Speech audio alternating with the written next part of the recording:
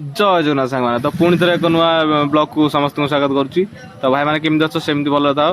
तो आसन देखा काली तो डे वन जहाँ भी कम होता गणेश मूर्ति बनवाई तो आज हूँ डे टू चलो देखिए डे टू रे कौन कौन सब कम हो सागन बर्तमान गणेश मूर्ति माटी चकड़ा चकड़ी चली भाई देखो मूर्ति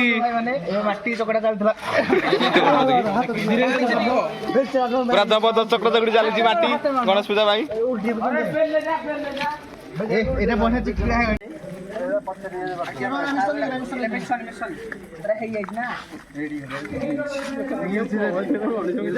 माटी चकड़ा चलता गणेश पूजा मूर्ति बर्तमान देखो कौ जाए गलानी पिला पचारे कौ जाए गलानी कौ जाए गलानी भाई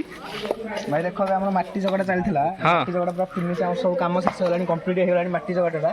एवं आम काम देखा भीतर कौन चलती माटी चकड़ा मूर्ति काम चल मूर्ति काम भी गढ़ा सरलानी आम माटी नहीं ठाकुर बोला आम आ 3 दिन रहा आम हाथ में देख ये 3 दिन भर मिशन कंप्लीट हो पार्छ ना डे टू रे आसन देखिए कौन कौन सब काम चली कौ जाए गलानी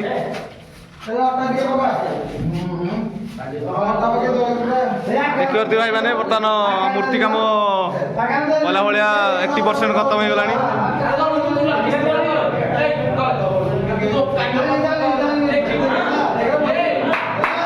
मूसा काम चली एपटे मूसा मूसा कौन और गोटे अच्छी एटी ना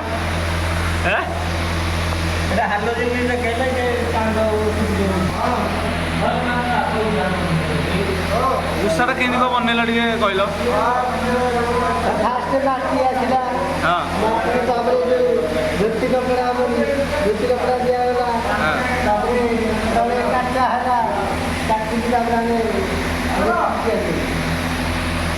नाई मूसाटा जो सांगन देखिए से माने कहबे कमेंट रे केमती को मूसाटा बनाई छी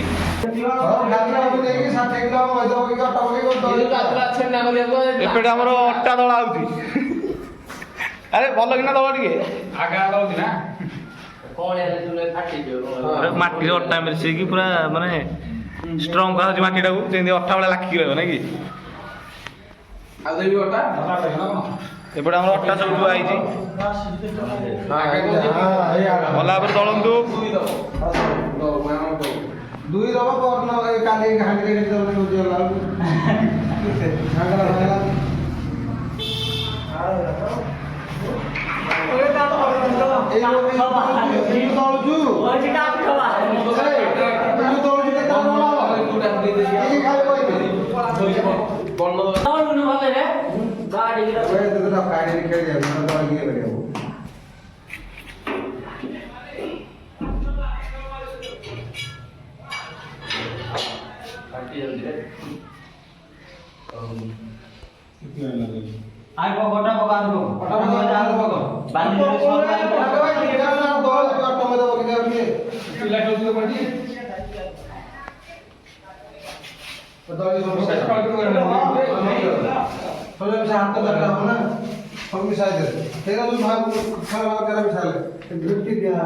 भाई बर्तमान गणेश मुंड कम चलती माटी माटी पूरा चिकन कर दिखाई काली गोटे दिन भितर तो सब कम हो बर्तमान आज तार डे टू रे देखिए कौन कौन सब कम चली बर्तमान पिला माने सब आम लगी पड़े मूर्ति जाटे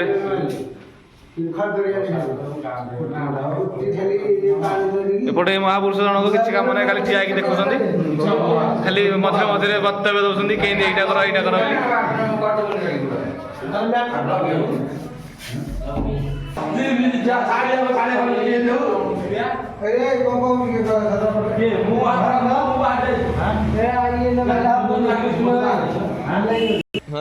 भाई मैंने देखा तो एपटे बर्तमान सब काठ पाठ सब हणाणी चली कहीं जो पूजा है भोजीटा कराब ना तो भोजी बर्तमान काठ पाठ सब हणाणी कर हाँ भलसे टे आनी दियो चिरा चिरी कर दियो बढ़िया सकाଳେ आम भिड करते भिडियो देखते जहाँ जहाँ भी सब होता बर्तमान एवं टाइम पाखापाखि 4टा होगा तो आसत देखिए 4टा होगा ये भितर आम कौन कौन सब कम होती वर्कर्स मैंने सब तो लगी पड़ी गणेश ठाकुर बर्तमान हाथ कम चली हाथ सब तैयारी सरला सरिया हाथ कम चलती पूरा देखा दे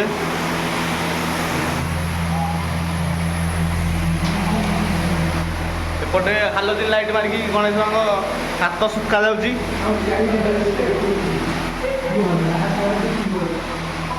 କାହିଁକିନା ହାତରେ ଆମର ଆଉ କମ୍ ସମୟ ରହିଲା ତ ସେଥିପାଇଁ ହାଲୋଜିନ୍ ଲାଇଟ୍ ମାରିକି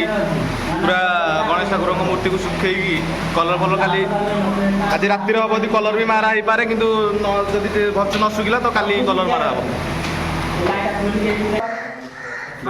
ହାତର କାମ ଚାଲିଛି ପୁରା।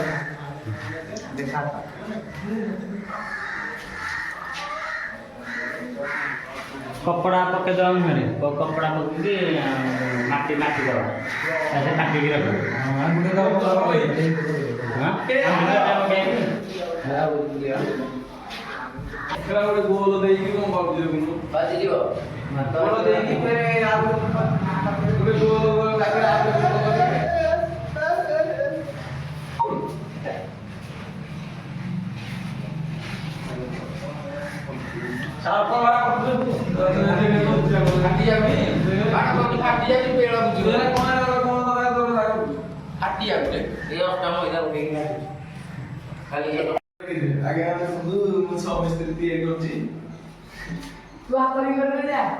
ଭାଇମାନେ ବର୍ତ୍ତମାନ ଆମର ଜଣେ ନୂଆ ମିସ୍ତ୍ରୀ ଲାଗିଛନ୍ତି ସେ ପୁରା କ'ଣ କପଡ଼ା ଫପଡ଼ା ଘୁରେଇକି ଚିକଣିଆ କରିସାରିଲେଣି। କୋଉଠୁ ନୟାଗଡ଼ରୁ ଆସିଛ? ତମ ନାଁ କ'ଣ? ରୋମିଓ। ତ ଭାଇମାନେ ଅପେକ୍ଷା କରନ୍ତୁ ଆଉ ଗୋଟେ ନେକ୍ସଟ ଭିଡ଼ିଓକୁ। ତ ଡେ 2ର ଯାହା ବି କାମ ଥିଲା ତ ଆଜି ବର୍ତ୍ତମାନ ସରିବା ପରେ ଆଜି ରାତିରେ ଯାହା କିଛି ଅଳ୍ପ କିଛି କାମ ହେବ ଏବଂ ରାତିରେ ଛାଡ଼ା ହେଇଯିବ ମୂର୍ତ୍ତିକୁ ଶୁଖିବା ପାଇଁ।